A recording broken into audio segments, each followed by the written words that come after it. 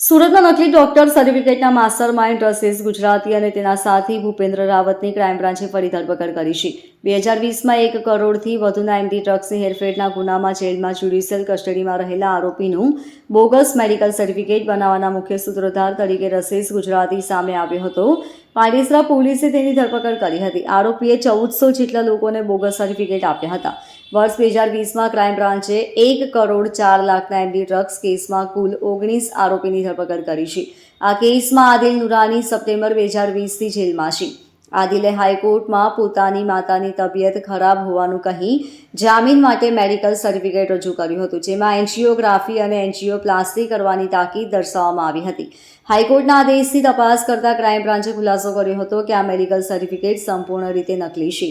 Doctor Shobhitsinh ઠાકોરે આ certificate તૈયાર કર્યું હતું, જેમાં ડોક્ટર દિલીપ તડવીના સહી અને સિક્કા ખોટી રીતે વાપરવામાં આવ્યા હતા.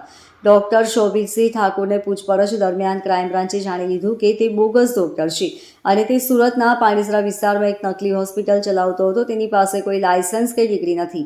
આ સર્ટિફિકેટ પાછળ મુખ્ય સૂત્રધાર તરીકે રસીસ ગુજરાતી અને ભૂપેન્દ્ર રાવતના નામો સામે આવ્યા હતા. ક્રાઇમ બ્રાન્ચે આ કેસમાં વધુ બેંક ડેટા ટ્રાન્ઝેક્શનની તપાસ શરૂ કરી છે. ડીસીપી ભાવેશ રોજિયાએ જણાવ્યું હતું કે આ કેસમાં સામેલ અન્ય લોકોની ધરપકડ માટે સઘન તપાસ હાથ ધરાઈ છે.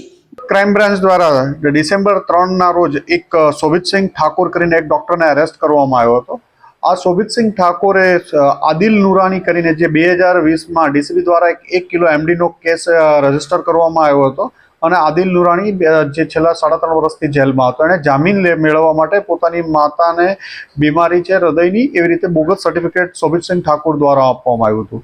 આ શોભિતસિંહ ઠાકોરનું પણ વેરીફાઈ કરતા બોગસ ડોક્ટર હતા. રસીસ ગુજરાતી અને ભૂપેન્દ્ર રાવત દ્વારા એમને આ સર્ટિફિકેટ બનાવીને મેળવીને આપવામાં આવ્યા હતા અને જેના આધારે એમણે હાઈકોર્ટમાં બોગસ સર્ટિફિકેટ આધારે મેડિકલ સર્ટિફિકેટ શોભિતસિંહ ઠાકોરના આધારે બેલ એપ્લિકેશન કરેલી હતી.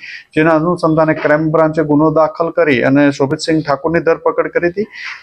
ગઈકાલ રોજ રસીસ ગુજરાતી અને ભૂપેન્દ્ર રાવતની પણ આ કેસમાં ધરપકડ કરવામાં આવેલ છે. Bureau report LK star news, Surat.